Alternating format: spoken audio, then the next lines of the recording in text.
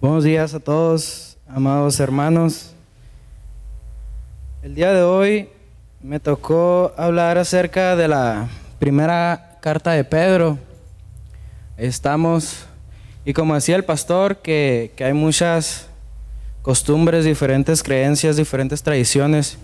Y así como en esta carta vemos un pueblo que tenía pues distintas tradiciones, ¿no? Vemos que a la iglesia que se refería a Pedro, que se encontraba en Asia Menor, no puse ahí los nombres de las iglesias, pero en el libro vienen a las iglesias que van dirigidas. Estas iglesias están situadas en Asia Menor. Y como en todas partes hay diferentes costumbres, vemos en China tienen diferentes tradiciones, o no nos vayamos muy lejos, ¿no? Simplemente pues más para el centro de la ciudad. Y vemos cómo estas iglesias, este pueblo a las que se dirigía el apóstol Pedro, estaban gobernadas por un rey, digámoslo así, ¿no? Un rey que regía pues diferentes creencias, ¿no? Entonces dale la otra Biblia, porfa. Esta iglesia estaba en persecución. Ahí dice, los valores cristianos pues los valores mundanos no están de acuerdo con los valores cristianos. Entonces el resultado de los valores cristianos pues es la persecución del mundo, ¿no? Entonces esta iglesia está en persecución, estaba siendo perseguida, y es por eso que el apóstol Pablo fue movido a escribir esta carta, la cual habla sobre la obediencia a la autoridad y la esperanza que hay en medio pues de la persecución, ¿no? Ahí vemos cómo empieza el apóstol Pedro, empieza comparándolos con los israelitas, nos muestra unas citas del Antiguo Testamento. Ahí vemos cómo los puede pues comparar, ¿no? Dice que dejen atrás sus viejas costumbres mientras van a un nuevo futuro con Dios. Ahí vemos que se puede encontrar en Éxodo esa cita. Después, el pueblo que ha sido redimido a través de la sangre de Jesús. Ahí podemos ver las citas del Antiguo Testamento, y las que están allá son pues de la carta de Pedro, ¿no?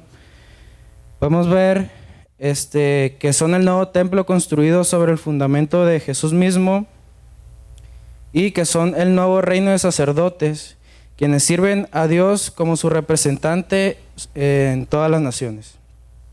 Después la otra lámina dice, siguiendo los pasos de Jesús, sométanse al gobierno. Pedro reconocía que su sufrimiento pues era injusto, ¿no? Pero resistirse a la persecución era ir en contra de los mandamientos de Jesús, pues. Era ir en contra de la enseñanza de Jesús, que siempre amó a sus enemigos. Ahí podemos ver en 1 de Pedro 2:13 dice, por causa del Señor, someteos a toda autoridad humana, sea al emperador como a las más altas autoridades. Nos dice esto porque estaban siendo perseguidos por los gobernadores pues de esa ciudad donde estaban. Esa versión es la versión Dios habla hoy. Después la quise poner otra traducción para que sea un poco más entendible. Dice, para que nadie hable mal de nuestro Señor Jesucristo, obedezcan a todas las autoridades del gobierno. Después dice, Dios quiere que ustedes hagan el bien, para que la gente ignorante y tonta no tenga nada que decir en contra de ustedes. Entonces lo que nos está recalcando aquí Pedro es que aunque la gente nos esté pues insultando y persiguiendo, debemos de amarla, debemos de someternos al gobierno que está, porque si nos resistimos, si nos ponemos en contra, sería en contra de la enseñanza que Jesús nos dio, pues de someterse, más bien de resistir a la maldad, pues. Después la otra plantilla, quiero irme un poco rápido porque tiene mucha información esta primera carta de Pedro. Los deberes conyugales dice, mujeres, sométanse a vuestros maridos, y así, si alguno de ellos no cree en el mensaje, podrá ser convencido sin necesidad de palabras por vuestro comportamiento. Las otras letras quedaron muy chiquitas, se me fue el rollo. Pero aquí lo que quiere decir es que el hombre de la casa, cuando no creía en Jesús, Todos los demás debían ser sometidos a sus dioses, pues, a los dioses que el hombre de la casa creía. Pero aquí nos explica que se sometan a los maridos, aunque no crean en Jesús, pero no como si no creen en las palabras. Si ustedes le predicaron a su familia de Jesús, a su esposo, y no creyeron en sus palabras, más bien que crean en su comportamiento, dice ahí. No se alcanza a leer, pero más para abajo dice: al ver vuestra conducta pura y respetuosa, que vuestro adorno no consiste en cosas externas como peinados ostentosos, joyas de oro o vestidos lujosos, sino en lo íntimo del corazón, en la belleza incorruptible de un espíritu suave y tranquilo. Lo que está diciendo el apóstol Pedro es que en la época de Pedro, de la iglesia primitiva, las mujeres iban, pues como dice ahí, como las describe, con peinados ostentosos, con joyas de oro y vestidos lujosos. Pero eso significaba que no iban a convencer a sus maridos por lo que llevaban afuera, pues por lo externo, sino que lo iban a convencer por su comportamiento, por su espíritu suave y tranquilo, dice ahí. Ahí recalca el apóstol Pedro. Después le habla a los hombres, que prácticamente les dice que se sometan también a sus mujeres. Después tenemos la resurrección y bautismo. Dice: el bautismo es un símbolo sagrado que muestra el cambio de nuestro corazón y el deseo de querer estar con Jesús, de querer estar unidos con Jesús. Cuando Pedro profundiza sobre la muerte de Jesús, que fue perseguido también injustamente y que fue asesinado injustamente también, sin tener ningún pecado.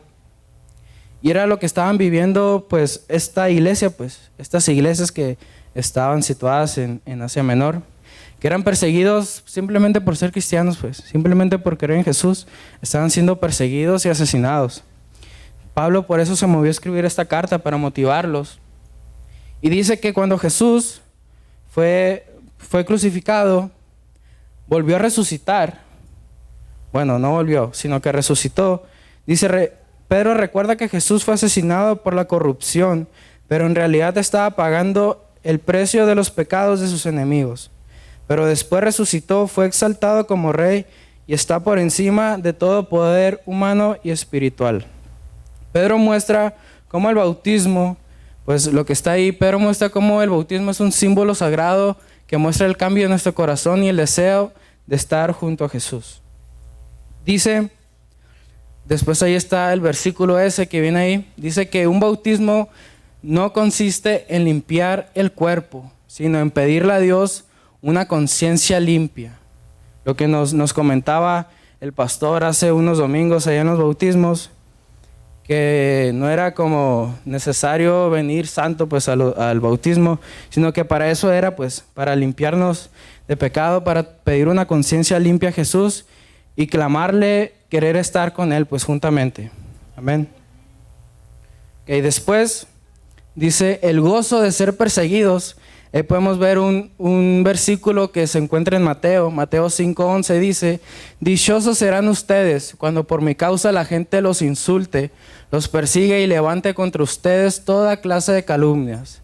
Alégrense y llénense de júbilo, porque les espera una gran recompensa en el cielo. Amén. Así también persiguieron a los profetas que los persiguieron a ustedes. Después, pero si alguien sufre por ser cristiano, que no se avergüence, sino que alabe a Dios por llevar el nombre de Jesús, de Jesucristo. Como en otra carta, a los colosenses, tiene un poco que ver, pero lo único diferente es que le escribió pues el apóstol Pablo. Esta le escribió Pedro, pero dice que su sufrimiento era alegría, porque así podía participar en el sufrimiento de Jesús. Entonces ahí nos dice que cuando seamos perseguidos, si alguien sufre por ser cristiano, que no se avergüence, sino que alabe a Dios simplemente por eso, por ser calumniado, por ser perseguido solamente por Jesús, por su causa. Dice que nos espera una gran recompensa en el cielo. Esta carta habla acerca pues de obedecer y someterse a la autoridad humana, a los reyes, a los gobernadores, aun en que estén en contra de nosotros, debemos someternos, porque si no lo hacemos, estaremos en contra de la enseñanza que nos dejó Jesús, y está muy claro eso, ¿no? Pues esta carta tiene, no solamente es eso, sino tiene muchísima más información, nomás que no quise ponerla toda porque pues la verdad es mucha información que tiene acerca de la doctrina cristiana y mucho más. Por mi parte es todo. Muchas gracias.